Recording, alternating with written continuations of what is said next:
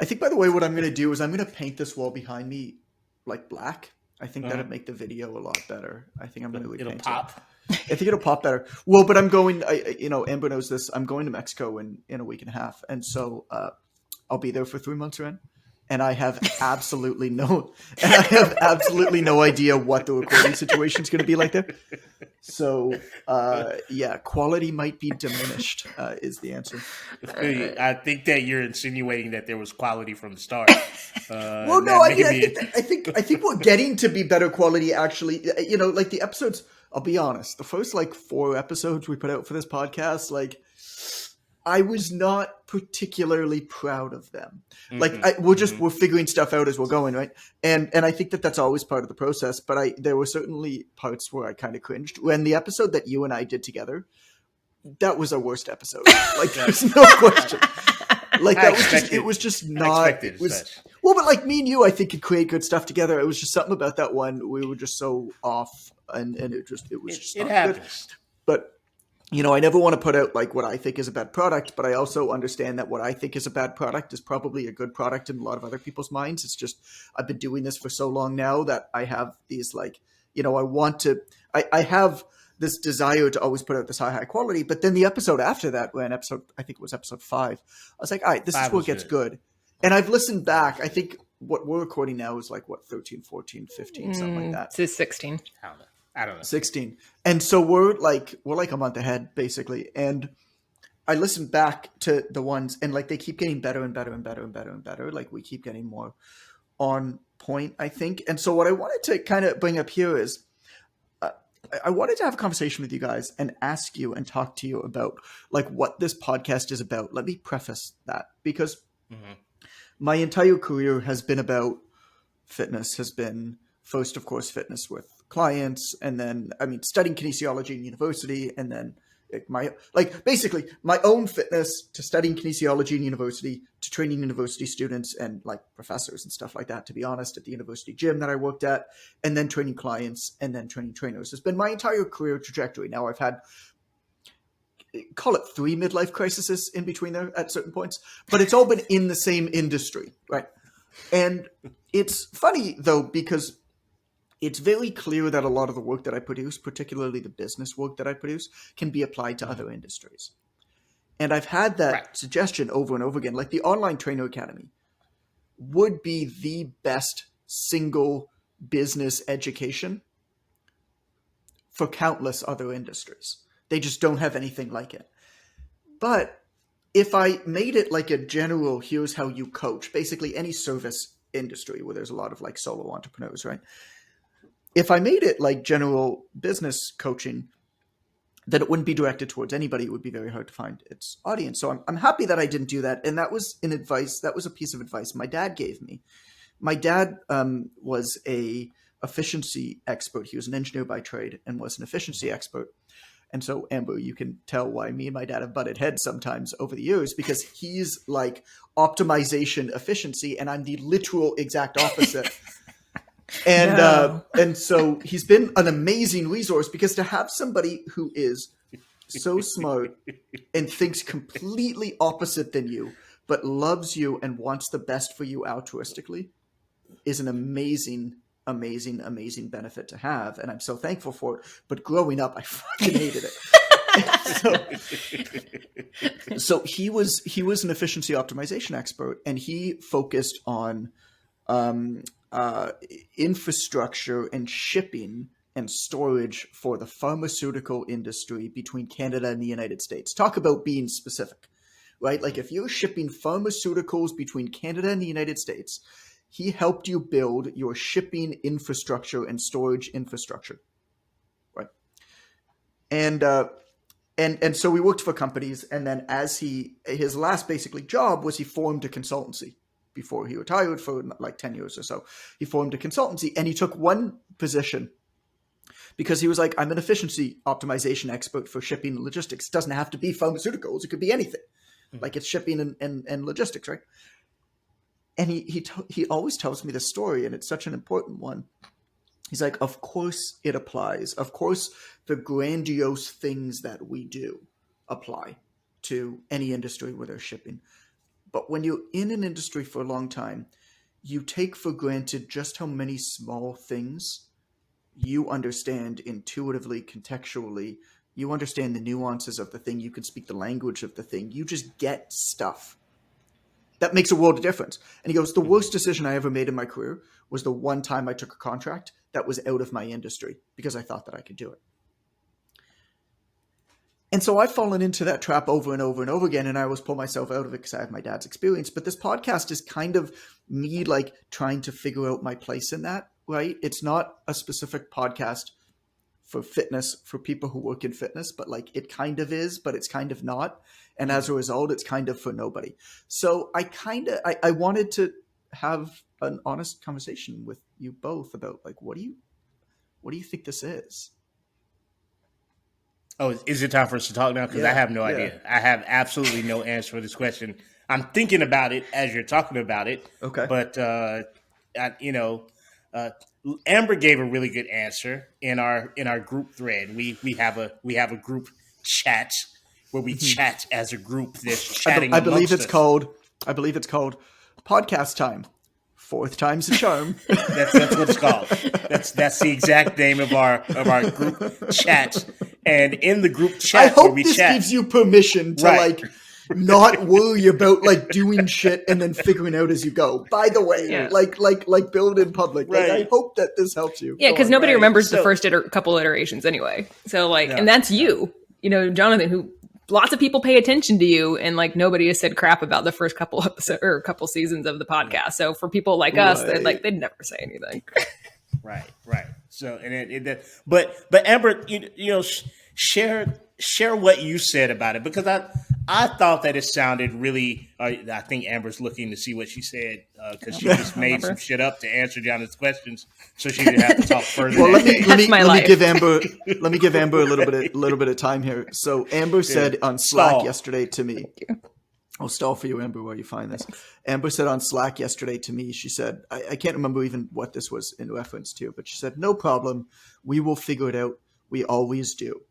And my response was, also, I love how this is what I should put on every job application to work with me ever. No matter what, you will figure it out. You always do.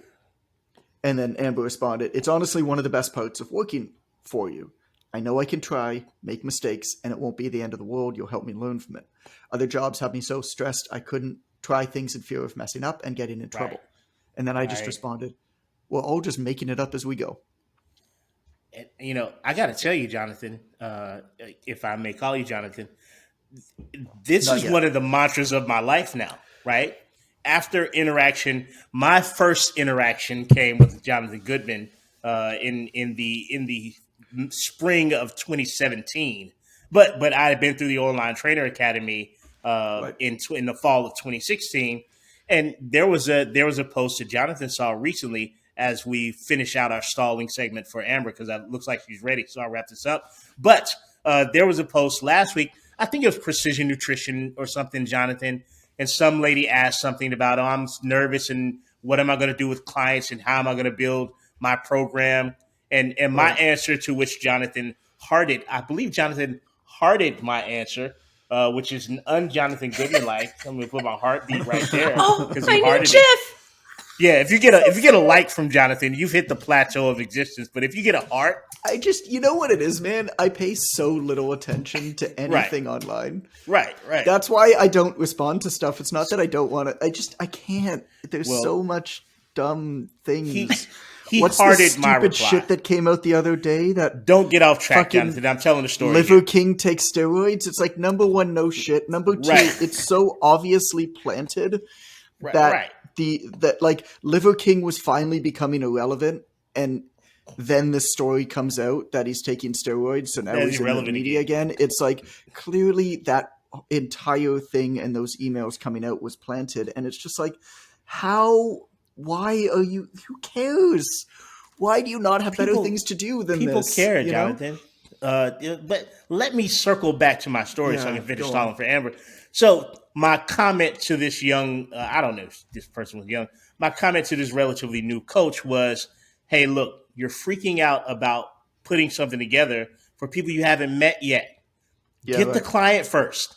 you'll figure it out. When the client pays you, you're going to figure it out because you have all the information. You just haven't put yourself up against that wall yet. So the mantra for my life, really, after having initial contact with this organization, is, man, just get started. You figure it out. I announced that I'm doing a retreat in 2014, fall of 2014. Got no clue where it's going to be. Don't know how much it's going to cost yet. Don't know who I'm going to invite. I know what the target market will be, but I just had to announce it because now I got to do it. Because you know what? People are asking me about the mantra is this. You know what the mantra is? The mantra is get that customer first. Get that money. Get the customer first. Do it first. And it's not a greedy thing. It's not anything like that. It's that when you get that money, when you get that customer, you will figure it out. If not, you will productively procrastinate until the end of your life and then wonder where it all went. Yes. Amber. So, we've stalled enough. Oh yeah, I found it. We're done. Okay. Yeah. The podcast, in part, is our observations and insights into the fitness industry, coaching, business, life, and personal growth. Mm-hmm. I like that. I think so. I think it's like how to live a life. One of the words that I used, and I'm always part of the problem that I always run into is you have these like profiles, like what do I call myself? Because I don't really do anything, but I do a lot of things. Like I feel like I don't do a lot, but I get a credit for a lot. So it's like, what do I put as my name? Which is, by the way, one of the 48 laws of power is like, you don't have to do the work, but you have to get the credit for the work getting done. Or not even the work getting done.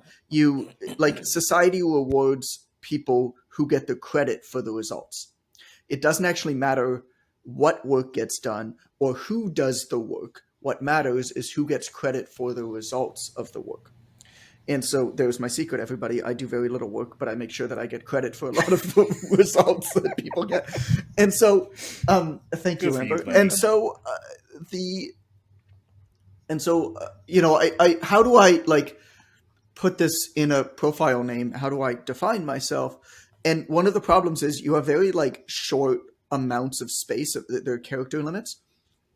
And personal trainer is a very long word. Fitness professional are very long words. There are a lot of characters and they just take up a lot of space. And you can't use PT because PT is actually a registered term for physiotherapists in Ontario. So I can't legally use PT. And it's not even PT. It's not even personal trainers. It's fitness, it's nutrition, it's health coaches, it's life coaches. It's like, and so what I'm starting to use is fitness workers, which I feel like sounds weird. I'm sorry. What did you say? Fitness worker. It sounds like something else. Yeah. Why? I don't know why. Why does everything go to like weird sex stuff with you? Because I grew up in the Marine Corps. Okay. Yeah, no, that's it's the internet age, Jonathan. We all thought the same thing. The listeners out there are right now thinking. Not that there's anything wrong with that. Yeah, it's fine. I feel I help fitness workers pound through tight objections. Wait a minute. Wait a damn minute, Jonathan. For the record, the OTA would be also a great resource for that line of work. Just saying. Right. Well, I mean, I like OnlyFans really is like, yeah. I know some people who are, because it's the fitness industry, so everybody's good looking. And oftentimes they're just not very good at generating business. And so what do? They just start like getting naked. And so what they used to try to do was they used to try to get naked in order to get clients for fitness. Well, now they just get naked and try to get people to pay them for getting naked. And so previously, like years back before OnlyFans and stuff like that, I knew a lot of people who did photo shoots to be like on the cover of like romance novels and stuff like that. Like I just walk through a store and I'd look at a romance novel and I'd be like, I know that guy. Right. And then, be dressed up as Hercules and there'd be this like weird stuff. But now a lot of them are on OnlyFans. It's a very legitimate business and you can use other social medias to transition into it really well. Because what you can do is you can use Instagram, you can use YouTube, and you can basically give them like 90%. You can be like, the last 10% is like too racy. It's like too much for this. If you want the rest, come join me here. Mm-hmm. Right. And so it actually lends itself well to that. I mean, I'm not going to do it because I'm not good looking enough, but there's a lot of people who are doing that. But anyway, I wouldn't say that, Jonathan. Fitness workers, like people who work in the health and fitness industries. Okay. Like I feel like this podcast is a podcast for people who want to figure out a way to live a really well balanced but um like profoundly fulfilling life in the health and fitness industries. And I think it is for people who work in those industries. Now, that's not just personal trainers, I don't think. Mm-hmm. Oh, that was a period? Trainers. That sounded so much like a comment to me, Jonathan. I was just that was like a I got to be honest with you. I was just waiting for the and it just never really did the thing. I'm sorry. Yeah, this is a long semicolon. I think I understand what you're getting at with the fitness worker thing. And I think that here's what I think. This is my honest opinion. I'm not making this up because I'm trying to rush through to get to my biscuits, which are right here, by the way, just so you guys know. This is a delicious golden biscuit. But what I think that the wellness space in and of itself offers lots of life lessons in terms of grit, perseverance, habit formation, processes and systems. And a lot of people don't get the opportunity to see it through that lens because they don't work in it. And I think that when you're not a person who prioritizes health or wellness generally, I think there's a whole host of lessons that you don't get in life, right? You just never get them. It's like kids that never played a sport. There's some things that you just don't learn because you were never on a team, never had a one direction goal. And I think there are a lot of people out there who have never had that introduction to wellness. And there are lessons that can be provided through that lens that aren't necessarily dependent on you being a member of the wellness industry. And I think we can bring those lessons to people through the lens of wellness. That's what I think. Oh, and the other thing is what I've learned from the podcast so far is that my head's far too big in the shots. So if you notice, I put the camera back a little bit so we can get like torso. Right. And I was highly disappointed by the fact that my mic was never showing in the clips. Like, how can I be on a podcast and my mic never? So I pulled my mic back a little bit so it also shows in the clips online. Those two things are equally important for me right now. Well, the clips at this point kind of suck. So, my head's like in the clips. I'm like, in every clip, I'm like this. Yeah, that's great, Jonathan. Yeah, yeah. And I'm like, why am I like a waterhead baby or something? Like, why am I so close? So, I got to get a little delt, little shoulder action, little chest, my logo. I'm advertising for free on your... A little bit too much forehead. It's like five head. It's like a 5 head. Nobody wants that. So those are the things that I hope that's helpful to the listening audience. That is helpful. Well, it's helpful for us to continue to try to define it as well. Like, why are people going to benefit from listening to this? Because at the end of the day, I mean, yeah, we have fun on this podcast, but like the podcast is for the people who listen to it, and we hope to help you perhaps think through some things that you're trying to think through, navigate some areas of your life. And it's not just business. It's like how to actually navigate. And this idea of being fulfilled is financial for sure. But it's also how to make sure that you're getting good results with your clients, and also like make sure that they know that you're doing right by them and you're trying to do right by them, which is often the problem. They don't know what you're doing or why you're doing it. We talked about that in a podcast a while back of like, even if you're doing the right thing by your client, they might not know and they might think something else. And you kind of need to get ahead of it and explain to them and say, hey, this is why I'm doing it this way. This is why I'm repeating workouts. It's to benefit you and to help you get to your goal. And so there's a lot of pieces like that. And so it is helpful when I wouldn't even say to a lesser degree. I'd say to an even degree, Amber. It's super helpful as we try to figure out what this thing is. I think it is something that is for people in the health and wellness industries. And, it's funny, like a big piece of me always wants to expand out. Like people should listen to me outside. Like I should have respect outside of those industries. Mm-hmm. But then I think about like what that really means. I'm like, well, it would be harder to sell.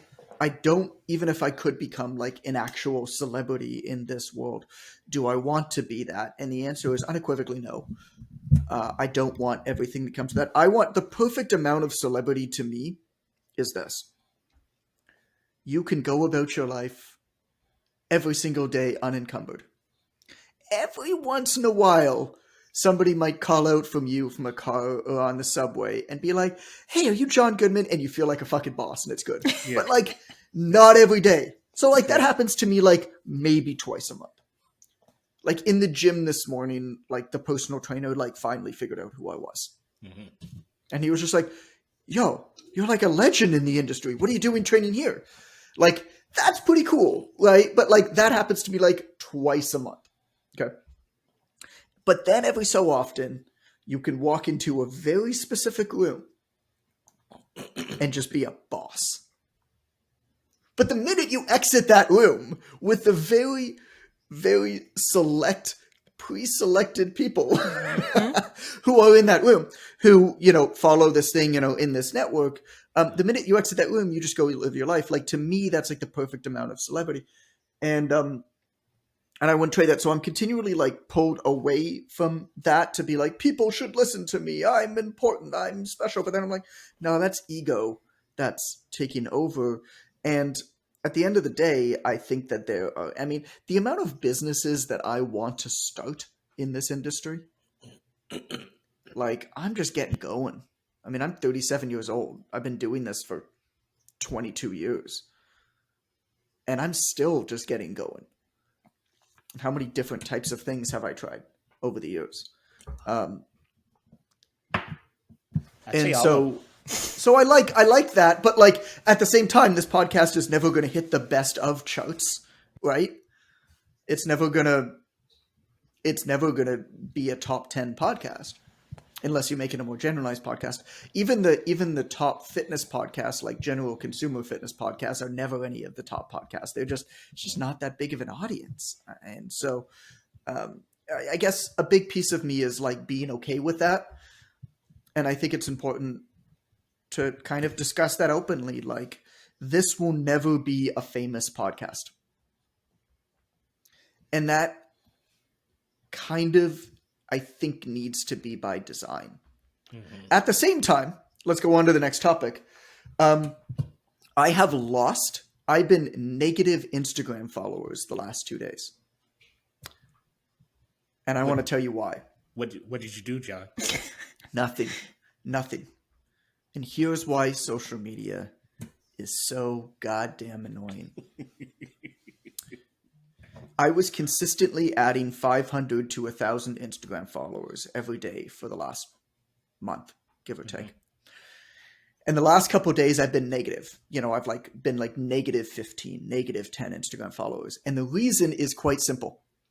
There have been 5 different fake impersonator accounts that have copied my name, like made like a little spelling change. So it's like Kolak Goodman. It's Coach Goodman with 2 N's.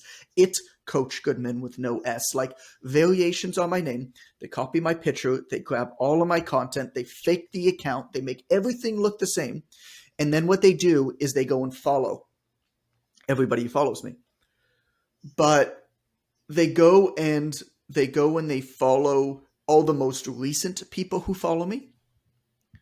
And it looks like they followed me, and it looks like my account now is following them back. Because these people, by definition, don't know me that well. Mm-hmm. Right? These people, by definition, are just following me. They haven't gotten to know me well. So they don't really know what I'm about or anything like that yet. And they make the account look exactly like mine. And then, of course, oftentimes they'll message, or the person who they follow will message and be like, hey, thanks for following me. So good. Yeah, I love your stuff. Right? Like, just like a message to the big, oh, thank you so much. And then this fake account tries to get him involved in some bullshit crypto scam. And I can show you screenshots of it. There have been 5 different accounts in the last 7 days that have popped up like this.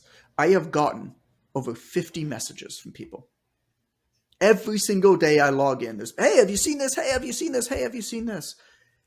And the result is a lot of people think it's me doing it. Mm-hmm. And they're all unfollowing me. They're just unfollowing everything to do with me. And probably some people, because I have a feeling that I'm being shadow banned as well right now on Instagram. Mm-hmm. A lot of people, my guesses, are reporting my account as well. Mm-hmm. Probably so. And there is absolutely nothing I can do about it. I've messaged Instagram, I've messaged the people about Instagram, there's probably been 100 different people who have reported these fake accounts. They're still up. They haven't been taken down yet. There's nothing I can do about it. And this is just something, that I think you just have to understand that it's super annoying right now, but at the same point in time, like, nothing you can do about it. You can get frustrated by it. You can not get frustrated by it. But the second part of it is like, I can't even imagine how bad this would be if you were an actual celebrity. Mm-hmm. Right. Like, holy crap, man. Not even like, I'm not talking like The Rock, right? Like, I'm talking like a pseudo, like, business celebrity, like somebody like one rung below, like a Tony Robbins. Like Miller. You know? I can't remember his first I don't know name. who that is. Story brand guy. Sure. Okay. That guy. I don't know what that is. Was similar. I think I read that book at one point. It was a good book. Yeah, I like him a lot. Yeah. None of us know his name, but yeah, he's great. Remember last name. He did story brand, apparently. Oh my god. This is how much attention I pay to other stuff on the internet. But I can't even imagine how much that must happen to these people.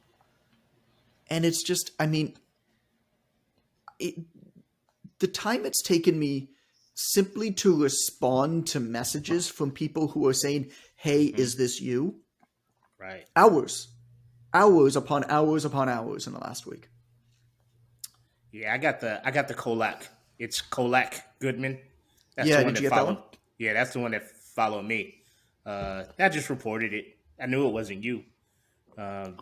There's no way in hell Jonathan Goodman has 2 Instagram accounts. I thought to myself as I reported it. Well, he you also to get know to the that I one. wouldn't like. You also know that I wouldn't try to get you involved in a crypto scam. I do think you should buy Bitcoin, but I'm not gonna be the one selling it to you. But Forex. Yeah. But you know me well, right? Right. It seems like what these accounts are doing on purpose is they are following people who are the most recent followers of me. Right. Meaning that by definition, they don't know me that well. Right. Absolutely. Right? You've known me for years. You know that I could try to sell you a crypto scam and you'd be like, John, who's taking over your account? Right. Exactly. Right? But as you talk about this, John, I've always thought that there's sort of a sweet spot for social media. Let me rephrase that. I've always thought that there's a sweet spot for social media if you're trying to build a business, right? And yes, like you go over that tipping point, you start running into shit like this, right? And it's funny because so many people that we talk to as coaches in all of the mentorship that we do through all the facets of the personal trainer development center, they just want a large following so bad. And number one, they don't have anything to say yet. So why do you need a following? Figure out what you're going to say first. Number two, they don't have the skill set to deal with the attention. It's like some of my friends who want to date a really, really, really super attractive person, right? Super attractive girl, but they don't have the mental fortitude to deal with the fact that other guys are always going to be saying something to, about, or around that super attractive person that you so badly want to date. Bro, you can't handle that. Like, don't, like, literally, it's the same thing on social media, right? You want all this attention that you're not prepared to deal with. Past a certain amount of attention, you can't even negotiate or communicate with these people in a way that you can mobilize the amount of following that you have. Like, if you can't mobilize 5 people, you can't mobilize 500,000. Like, it doesn't work that way. You don't get better at it because there's more people. You just fail in front of a bigger audience. And the kind of shit you're talking about is the exact type of shit that I don't want to deal with on social media. And I'm a social media fan. I like social media. I enjoy it. But no That's thanks. what you and I are different, my friend. Right. I think there's two pieces to the conversation. One is the bigger you are, the bigger target you have on your back. Absolutely. 100%. And the bigger following you have, I mean, you just, God, the target on your back now is just, it's scary how much people feel like you should care about stuff that they think in their own world and talk to their two buddies about. And it's like, I don't need to listen to you. But the second is, it comes down also to profitability, which I think, I mean, this may be beyond something that a lot of people listening here really need to consider at this point, but the bigger following you have sometimes can create a lot more problems. Like I think you're right when there is a sweet spot where you have enough following, there's enough reputation, and what you need to do is you actually need to take a step back at that point and stop trying to build bigger and bigger and bigger and bigger and bigger for no reason, and start actually trying to build a stronger business, a better product. I mean, Amber, how many times have I said to you with Quick Coach, our only job right now is to make this product as good as it could possibly be. Mm-hmm. We have enough people, right? Yeah, would it be nice to have 100,000 users? Well, sure. But we have 20-some thousand users. Our job right now is take a step back. And we have, 11, 12, minor upgrades, but like significant upgrades of things that are going to be pushed live in a week. Our job is to improve the quality of the product. Well, if you're a trainer, if you work in the health and fitness industries, if you're a fitness worker, it's not growing on me, by the way. It's not. I mean, you keep saying it, but I'm not buying into it. Stop trying to make fitness workers a thing. I don't. Mean Girls. Yeah. I'm gonna keep pounding it out, Ren. I'm gonna keep pounding it out. I'm tired. See if enough of a spray is finally going to get you to come around. Physically exhausted by this conversation. I'm sorry, Jonathan. Go on about the fitness workers. You were saying. Well, I think a lot of the time what they need to do is actually take a step back and say, how can we improve profitability in what we do? Right. Because it's this age-old question, and I fell into this trap too. Would you rather have a business doing $3 million a year, making $100,000 in profit? Or would you rather have a business doing $2 million a year, making $1 million in profit? Or would you rather have a business doing $1 million a year, making $500,000 in profit? Mm-hmm. Well, I can tell you right now that I ran a business making $3 million a year that made $100,000 in profit. The stress every single month, the payroll, the money management, making sure the right amount of money was in the accounts. I remember that phase. It was every single month as payroll was coming, I wouldn't sleep because I needed to make sure that people were going to get paid. And I knew it was tight. I knew that we would make it, but I knew it was tight. And it's not like if you're making $3 million a year, it's not like you're making, exactly whatever 3 million is divided by 12 every month. You know what I'm saying? It's like some months are more, some months are less. And so, but if your expenses are around 3 million, well, you still have to spend whatever that is, 300 and some thousand a month, largely on salaries and stuff. And it's just not a fun business to run. Right. It's super stressful. A bad week of sales, and you're like, well, shit, where am I going to get this money from? I mean, in my case, it's like, am I going to pull this out of investments? Whereas $1 million business, right, where you have $500,000 in profit, you're fine. Or what? And so it's kind of this, what are you trying to build, right? And are you just trying to get bigger and bigger and bigger and bigger and bigger without actually paying attention to profitability? How much money are you actually taking home at the end of the day? That's the question that I'll leave you with, because I have to go to the dentist to fix a tooth that I think they're the ones who screwed up, to be honest.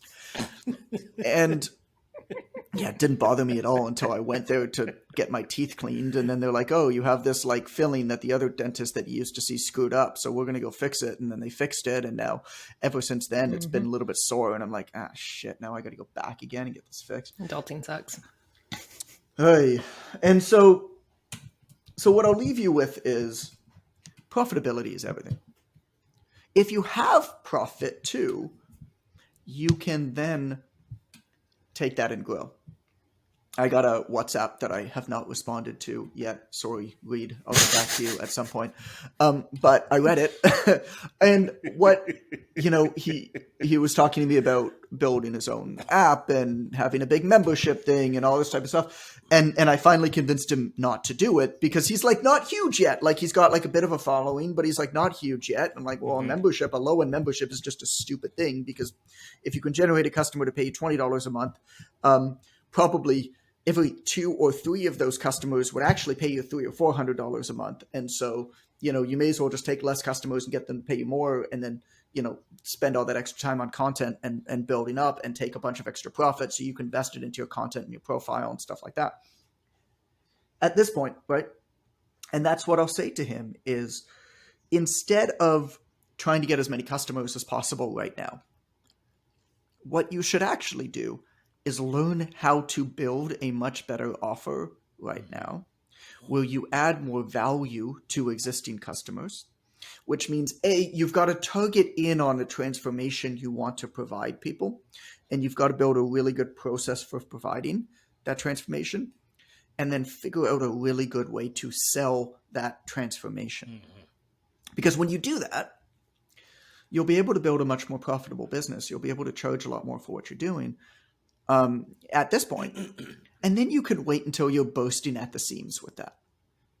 Like, unless you have 30 to 40 customers paying you $300+ a month, you should not be thinking about anything other than how the hell can I get 30 to 40 customers that are paying me $300 to $400 a month, and I can build a wait list if I need to. And I'm adding 10 times the amount of value than what they're paying me. Until you solve that problem, you shouldn't be thinking about anything else. Because you're going to be so profitable. This is what people don't understand about coaching and why I always say, like, coaching is not passive. Coaching is not scaled. I get all of those things. But coaching is super profitable. You can coach, especially if you use Quick Coach, which is free. Now you have 0 expenses other than your payment processing, which means you are at 90 to 95% profitable.